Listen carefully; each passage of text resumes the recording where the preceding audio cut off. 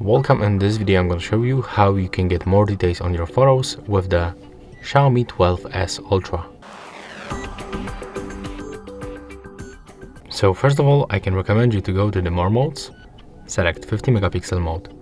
Next, remember to get good lighting condition. You can also enable the flashlight. Then you have to catch focus and take photo. The flashlight, it's not turned on, so I'm gonna do this manually right now. Let's do this another time, and let's make small comparison. So I'm gonna take normal photo but without the flashlight, and with the normal photo mode without the 50 megapixels. And take a look, that photo was taken with the normal mode, and it looks like that. Still a lot of details.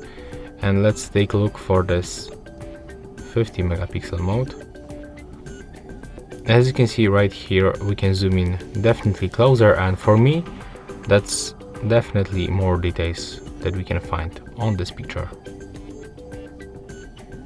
So that's all for this video. Hope you like it. Remember to leave a like, comment and subscribe to our channel.